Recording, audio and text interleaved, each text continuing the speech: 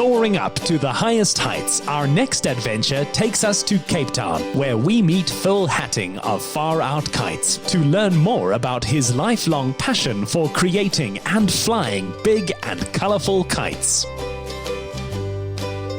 Well, here we are outside my kite shop. I've got some two-string stunt kites over here, nice show kites behind me. I basically make two different kinds of kites. I make single-line kites and I make two-string kites. The single-line kites are really easy to fly, and I make a wide variety of different shapes and sizes of them. Over the years, Phil has expanded his enterprise to make a wide variety of custom-made kites, windsocks and aerial sculptures. My love of kite making comes from the first time I made a kite, and it flew really beautifully, really high. And I felt so proud of myself because my big brother's kites didn't fly, and I just was able to do that. Since then, I've made a kite probably every year while I was growing up and into my teens and into my 20s. I had no idea I was going to become a kite maker. That was the last thing on my mind.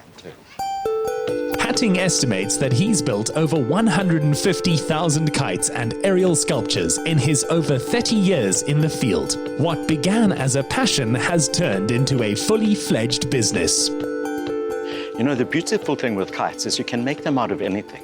You can make them out of paper, you can make them out of plastic, you can make it out of cotton. But basically, the less wind that can go through what you're using, the better. And the longer it lasts, the better. And the brighter it is, even better still. So ripstop nylon fulfills all of those criteria. The one drawback with it is you can't glue it, you have to stitch it. So sewing becomes an integral part of kite making.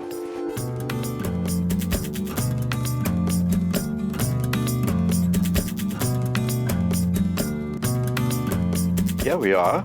We've got my ripstop nylon all nicely laid out. I'm going to mark my templates for a crystal. Afterwards, I'm going to cut out the shapes that I need.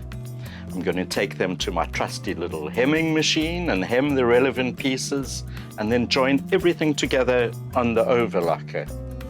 After I've done that, I'm going to sew little loops on with my sewing machine, and then I'm going to make all the fittings, which I use for punch and cable ties, and I'm going to put it all together. I'm going to get the fiberglass rods, cut them to length, and we'll put the whole kite together, and voila, one beautiful six-sided crystal. There. Shall we go and fly a kite then?